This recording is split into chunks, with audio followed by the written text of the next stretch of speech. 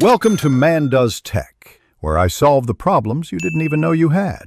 You begin by confirming the exact domain string because small differences change results. Next, run a whois lookup, either web-based or command line, so you capture the registrar output and timestamps. Once done, note the creation, update, and expiry fields. They tell the earliest recorded registration. At the same time, open a historical archive like the Wayback Machine to cross-check first snapshots. These first steps give both registrar source dates and independent archive evidence, which you will compare next. You now inspect whois details for the creation date and any transfer history. That date is the primary age marker, but transfers can hide previous registrations. Then, look at name server changes and registrar updates because frequent changes suggest ownership shifts. Note those dates.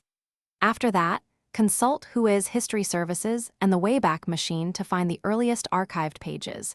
This explains why whois alone may be misleading. By combining registrar data with archive snapshots, you build a fuller, more accurate timeline of the domain. You finish by calculating domain age. Subtract the earliest verified creation or archive date from today to get years and months. Make sure to save the raw whois output, archive snapshots, and any DNS history as evidence. These stamps explain your conclusion. If whois shows privacy or redaction, use Wayback and DNS history tools to confirm early activity. This is your fallback method. One troubleshooting tip: if dates conflict, prioritize independently archived content and multiple registrar records to resolve discrepancies. Thanks for watching. If you found this helpful, don't forget to like and subscribe.